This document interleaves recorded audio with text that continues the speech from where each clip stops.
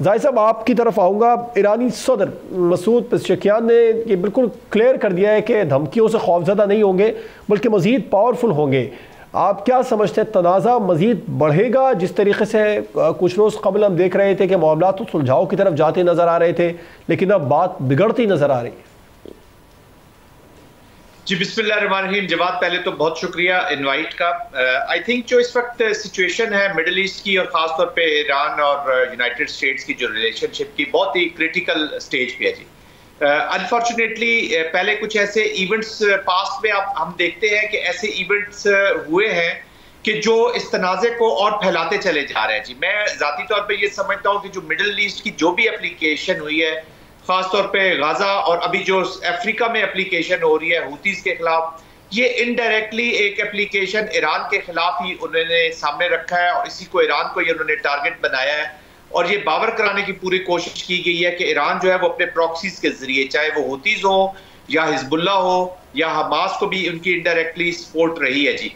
तो ये उन्हीं के इंस्ट्रूमेंट जो है वो के तौर पे इस्तेमाल कर रहे हैं और प्रॉक्सी। तो और दूसरी तरफ वर्ल्ड ये समझता है कि जो इजराइल है वो भी एक और उसके एलिमेंट्स थे, वो अब वाशिंगटन की प्रॉक्सी के तौर पर ही एक्ट करते रहे हैं। जिस तरीके से टेसिट अप्रूवल उनको हासिल रही है वाशिंगटन की, तो वाशिंगटन डायरेक्टली टारगेट तो कर रहा है जी ईरान को विद डिफरेंट मीन्स जी। तो आई थिंक अभी भी मैं तो खैर पहले भी ये कहा करता था कि एक इन्वायरमेंट ट्रम्प जो है वो क्रिएट कर रहे हैं टू हैव अ डायलॉग।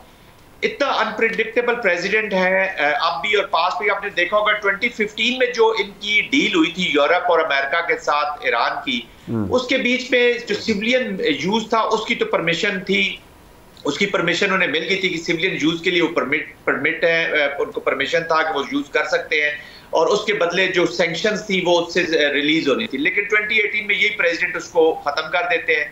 अब दोबारा स्टिक एंड कैरेट की पॉलिसी अपनाई हुई है उन्होंने, वो बातचीत भी कर रहे हैं। दो के कहते ईरानियंस क्लेम कर रहे हैं कि ये इनडायरेक्ट टॉक्स हैं थ्रू ओमान, बट कंसिडरिंग ये जो सैटरडे को अभी टॉक्स शुरू होनी है उसमें वजीर खारजा आ रहे हैं ईरान के, तो ये this is a direct talk between United states and America, United states and Iran.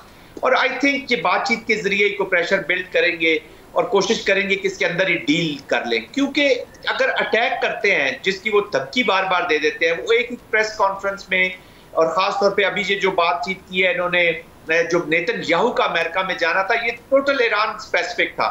It had nothing to do with Gaza या इजराइल के साथ इसका कोई नहीं था। उन्होंने एक ओकेजन क्रिएट किया और उस पर उन्होंने स्ट्रेटेजिक मैसेजिंग की है, क्वेश्चन आंसर सेशन में मैसेजिंग की है कि अगर ये डील नहीं होती तो फिर ईरान के लिए खतरात है। लेकिन एक चीज याद रखिएगा जवाब, ये बहुत ही खतरनाक होगा पूरे इलाके, न सिर्फ पूरे इलाके के लिए, पूरे वर्ल्ड के लिए।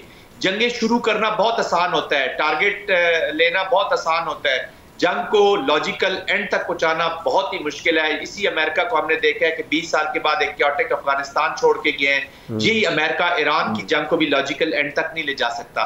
तो जंग शुरू कोई करता है लेकिन उसका इख्तिताम कोई और करता है। This will be extremely dangerous for the entire region, not only region but पूरे दुनिया के लिए बहुत बड़ा खतरा होगा। सब्सक्राइब करें और बेल दबाएं ताकि कोई खबर रह न जाए।